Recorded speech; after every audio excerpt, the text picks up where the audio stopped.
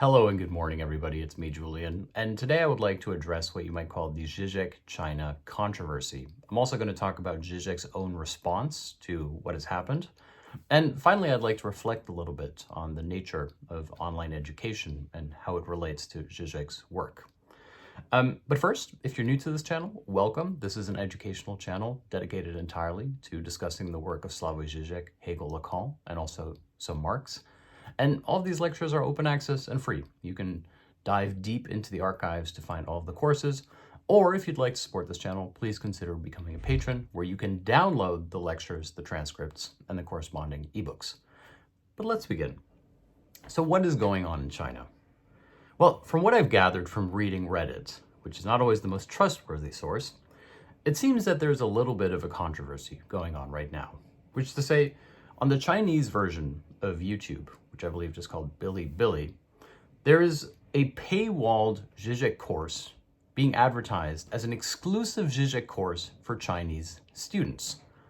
However, for those students who paid the equivalent of $25 to access this course, it turned out that it was in fact a 2-minute Zoom call with Žižek, followed by a lengthy word-by-word reading out of the Chinese translation of Surplus Enjoyment, a book that Zizek recently released with Bloomsbury. Now, many users were quite frustrated about this, understandably. After all, this is a classic case of online false advertising. You think you're getting a course with Zizek, instead you're getting a course with a bunch of people reading a Zizek book to you, word by word, as far as I know, without any kind of textual interpretation.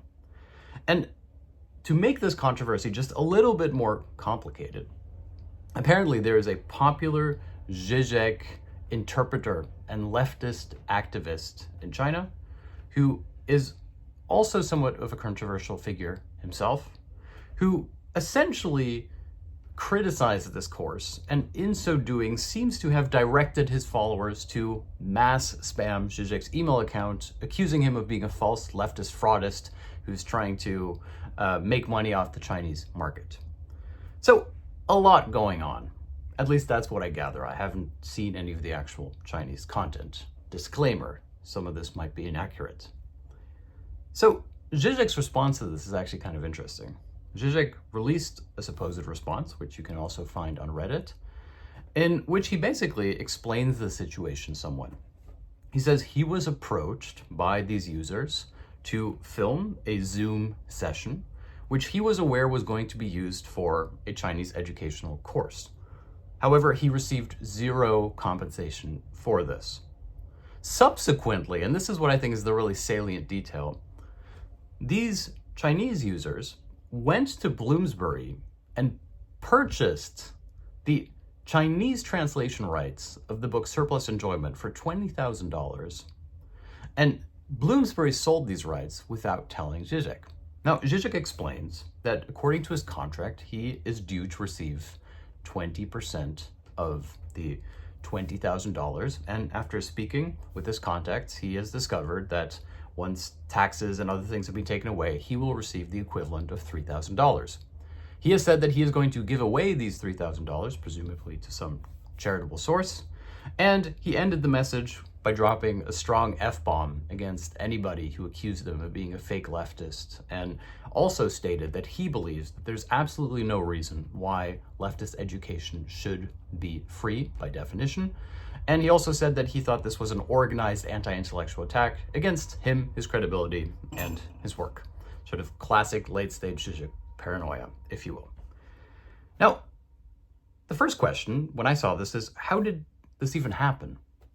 Like, how is it that Zizek doesn't have someone who's looking out for his interests, who's able to actually sort of do the necessary research to realize that this is probably not a good idea? And secondly, how is it possible that Zizek has such a bad relationship with Bloomsbury that he wouldn't necessarily know what's going on? In fact, Zizek says in the statement that not only Bloomsbury, but other publishers have threatened to sue him in the past because he was giving away pirated copies of his own books. In fact, I think Zizek and many other people who sort of work in this leftist field are pretty easygoing when it comes to recommending people download pirated copies. Now, where does this leave us right now?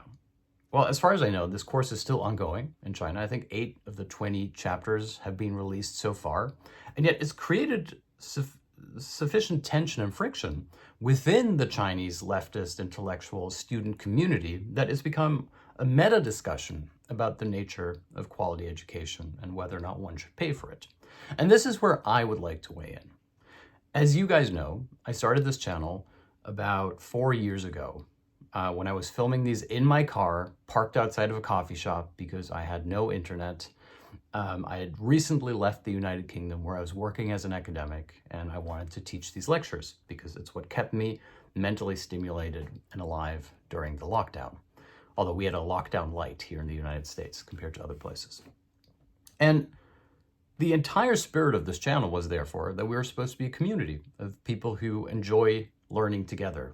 After all, I am motivated to keep studying and learning and teaching, and hopefully you are motivated to join me in that process. It feels alive. Now, after a year and a half, I launched my Patreon, and on Patreon I said you can basically support this project, plus you'll get access to audio downloads for the lectures, edited transcripts, which is actually, the edited transcripts are the most work. I used to do them, and now Julian actually does them. Like, they're hand edited, no AI, takes quite a lot of time. And this is where I added the cherry on top, if you will, the paywalled product, which is a quarterly recurring ebook that corresponded to the lecture series that I was teaching here. And so we had a system of sorts in which some people who could afford it would essentially support the Patreon and be able to purchase the ebooks. But most of all, it was about moving forward together. It was about making these lectures accessible to anybody. That was the spirit of this thing. And it never even occurred to me that there was an audience to which one might market a paywall Žižek course, an exclusive course. And to my mind, that already reflects a certain shift. Like, I think these courses have become normalized in a way that I hadn't even known or understood. I have nothing against paywalled courses per se. I don't think that just because one is a leftist or a philosopher, one should be willing to work for free. And yet, to my mind, and correct me if I'm wrong, to my mind, it starts with the community. Anything that doesn't start with your community, that doesn't start with you putting in the work and essentially trying to provide value to others, hoping that they'll recognize your work as valuable, anything that doesn't start with that is inherently fishy. And that's really the problem that I have with this, is that it seems to me like Zizek, in a stage of his career in which he's more vulnerable to attack than ever before, having burnt many bridges, is now ripe for exploitation. And this seems like an instance in which people are taking advantage of the fact that he is relatively open to doing projects around the world, traveling, speaking, publishing, etc., and using it to try to gain some financial advantage.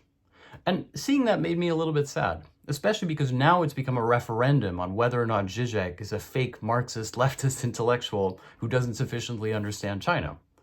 And so once again, Zizek is in trouble. He has found himself amidst a controversy that seems somehow totally unnecessary. And I'd like to conclude this video by saying that hopefully these videos here are an alternative, perhaps not to Chinese users, but to users around the world who speak English, which could of course include some Chinese students. Perhaps this channel is an alternative of sorts, a actual living organic community in which we delve deeply into Zizek's works and try to keep the most interesting parts of it alive. Because ultimately that's what this is about. It's about doing something that will hopefully have lasting value, creating a community by which we can disseminate these ideas and use them to enrich ourselves. Fundamentally, that's so much more valuable than trying to package and create the ultimate course on Žižek, etc. And so thank you to all the patrons who have made this project possible in the first place and modestly financially successful, I would say, at least sufficiently so that I can keep doing it.